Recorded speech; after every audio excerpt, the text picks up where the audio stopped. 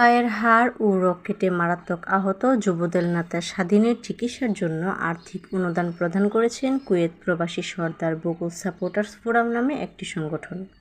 অসুস্থ স্বাধীন নরসিংদীর মনোহরদী উপজেলার চন্দনবাড়ি ইউনিয়নের ৮ নং ওয়ার্ড যুবদলের যুগ্ম সাধারণ সম্পাদক। তিনি ওই গ্রামের মুক্তার হোসেনের ছেলে। বেশ কিছুদিন ধরেই অসুস্থ হয়ে ঢাকার পঙ্গু হাসপাতালে চিকিৎসা নিচ্ছেন।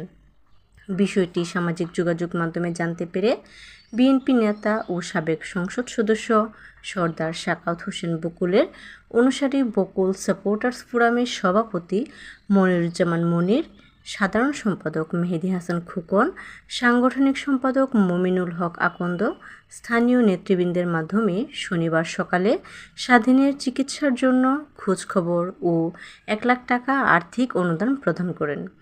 এ সময় উপস্থিত ছিলেন উপজেলা যুবদলের সদস্য সচিব মাসুদুর রহমান সোহাগ, ছাত্রদল নেতা মনিরুজ্জামান ছুটন, উপজেলা উলামা দলের সাধারণ সম্পাদক ওসমান মেম্বার, চন্দনবাড়ি ইউনিয়ন যুবদলের সভাপতি কাজল মিয়া, চালাকচর ইউনিয়ন যুবদলের সভাপতি মুফেসুর ইসলাম, সাধারণ সম্পাদক মাসুদুর আলম সোহাগ, বিএনপি নেতা হাবিবুর রহমান হবি, ছাত্রদল নেতা আবু বকর সিদ্দিক, ইমরান ইসহাক রানা, মিজান আল আমিন, শরীফ, ফয়সাল প্রমুখ।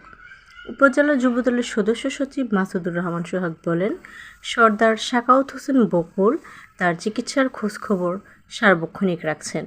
যে কোনো প্রয়োজনে তিনি পাশে থাকার কথাও জানিয়েছেন। দলের কর্মী তো কিছুদিন আগে কাজ করতে গিয়ে অ্যাক্সিডেন্টে তার পাটা গ্যান্ডিং মেশিনে কাটতে যায়। তো আমাদের একটা সংগঠন আছে যারা আমাদের সাথে আগে দল করতো, তারা মনোদ্বীপ এলাকার সাবেক এমপি সর্দার সাখাওয়াত হোসেন বকুল সাহেবের সাথে রাজনীতি করতো। তারা স্বৈরাচারের রোশনালের পরে এখন প্রবাসী। তো কুয়েত প্রবাসী সর্দার সাখাওয়াত হোসেন বকুল সাপোর্টার্স ফোরাম নামে একটা সংগঠন তারা করে। ওই সংগঠনের সভাপতি মনিরুজ্জামান মনির, সাধারণ সম্পাদক মেহেদী হাসান খোকন, সাংগঠনিক সম্পাদক মমিনুল হক আকন্দ, তারা যখন ফেসবুকের মাধ্যমে দেখতে পারে যে তার এই পায়ের এই সমস্যা, তখন তারা আমাদের সাথে কথা বলে এবং আমাদের নেতার সাথে কথা বলার পরে নেতার নির্দেশে, বকুল সাহেবের নির্দেশে তারা তাকে 50,000 টাকা উন্নত চিকিৎসার জন্য আর্থিক সহযোগিতা করে এবং ভবিষ্যতে আরও লাগলে তার চিকিৎসার দায়ভার তারা বহন করবে। স্বাধীন যে ছেলেটি সে হচ্ছে আমাদের ছাত্রদলের কর্মী। সে তার সংসারে একমাত্র উপার্জনক্ষম হচ্ছে সে স্বাধীন। তার বাবা অসুস্থ, শ্বাসকষ্টের রোগী।